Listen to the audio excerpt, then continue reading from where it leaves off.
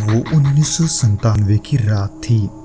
असम के ब्रह्मपुत्र किनारे पर रवि अकेला नाव में सवार हुआ था। नदी शांत थी, आसमान साफ था और सब कुछ सामान्य सा लग रहा था। लेकिन बीच धारा में जब उसने पानी में झांककर अपना चेहरा देखा तो उसे कुछ अजीब नजर आया।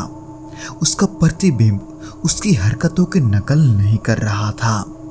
होठों पर अजीब सी मुस्कान और फिर उस प्रतिबिंब का हाथ अपने आप उठ जाना, जबकि रवि के दोनों हाथ पतवार पे थे। दोस्तों, आज के इस भौतिक घटना के एपिसोड को हम रवि जी के पॉइंट ऑफ व्यू से सुनेंगे, जिनके साथ ये घटना वास्तव में घटा था।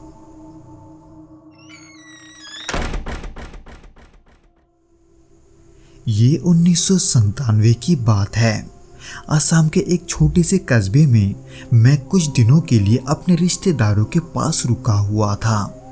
वहां से वापस लौटना था और घर जाने के लिए नदी पार करना जरूरी था। आमतौर पर वहां के लोग सुबह या फिर दिन के समय ही नाव लेते थे, लेकिन उस दिन जाने क्यों मेरा मन बना कि मैं शाम को ही निकल जाऊं। सोच यही थी कि रात वहीं रुकूंगा और सुबह जल्दी अपने घर पहुंच जाऊंगा। शाम ढलने लगी थी। गांव के किनारे पहुंचते पहुंचते अंधेरा गहराने लगा था। आसमान भी साफ था और नदी का पानी उस समय कांच की तरह चमक रहा था। हवा बिल्कुल स्थिर थी, दूर दूर तक कोई हलचल नहीं था। किनारे पर बंधी छोटी नाव मेरी प्रतीक्षा कर रही थी। उस समय मेरे अलावा वहाँ कोई और नहीं था। मैंने नाव की रस्सी खोली और धीरे धीरे उसे पानी में धकेल दिया। लकड़ी की नाव में एक लंबा सा बांस और एक जोड़ी पतवार रखी हुई थी।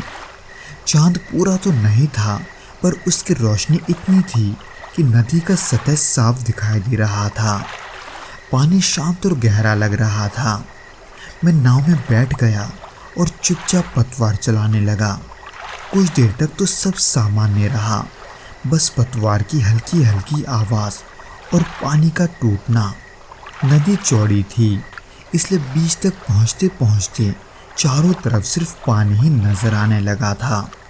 किनारे की झाड़ियों और पेड़ों की आकृतियाँ पीछे छूट गई थी। ऐसा लग रहा था मानो कि मैं किसी विशाल दर्पण पर तैर रहा हूँ। थोड़ी देर बाद अचानक मेरा ध्यान नीचे गया। पानी बिल्कुल शांत था और उसमें मेरा चेहरा साफ दिखाई दे रहा था। पहले तो ये सब सामान्य लगा, लेकिन अगले ही पल मुझे कुछ अजीब सा दिखा।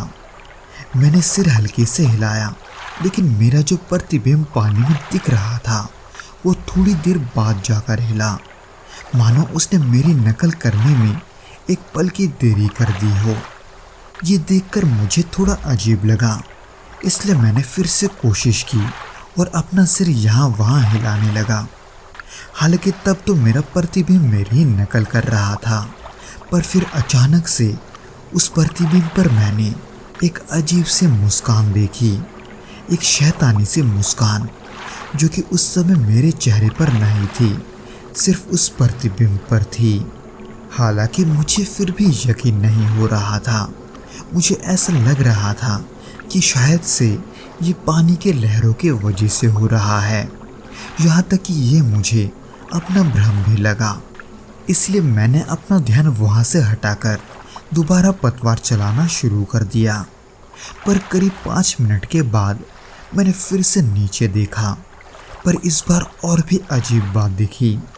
पानी पे जो मेरा चेहरा था वो पहले से ज़्यादा काला और धुंधला सा लग रहा था।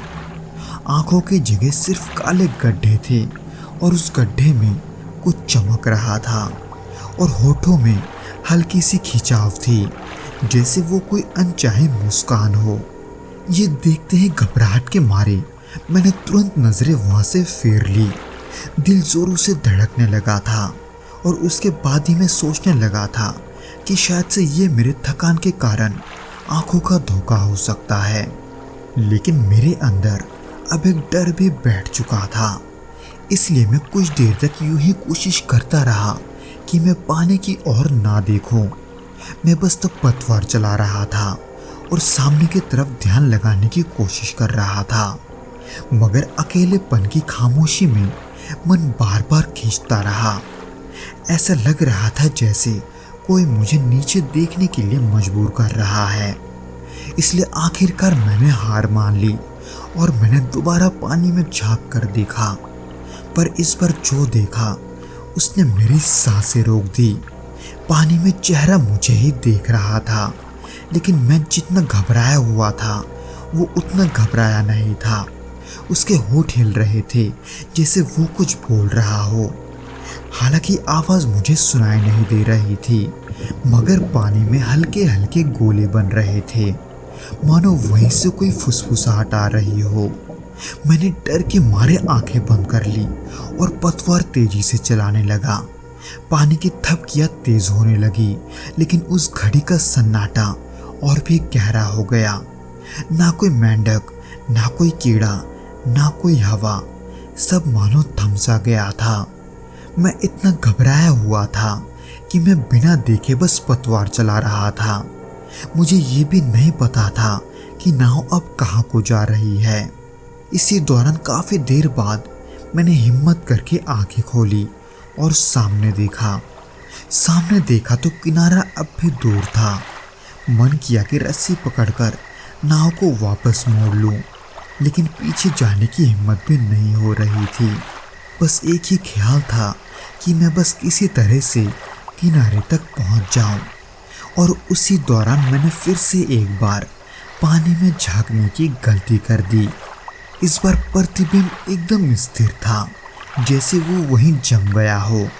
मैं उसे देखकर हाँफ रहा था, लेकिन पानी में मेरा चेहरा एकदम शांत था।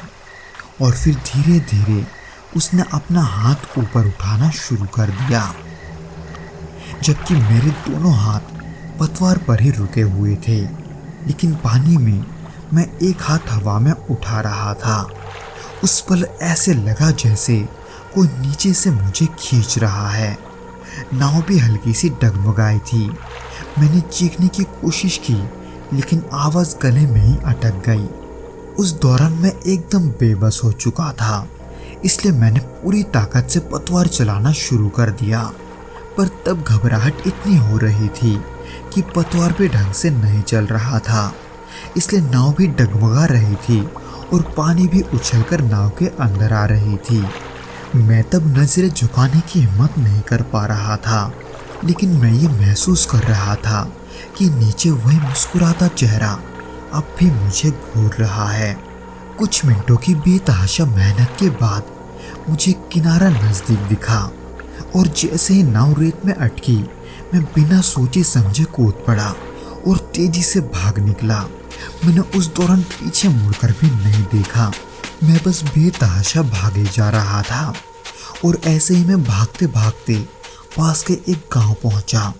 गांव तक पहुंचते पहुंचते मेरी सांसें फूल चुकी थी।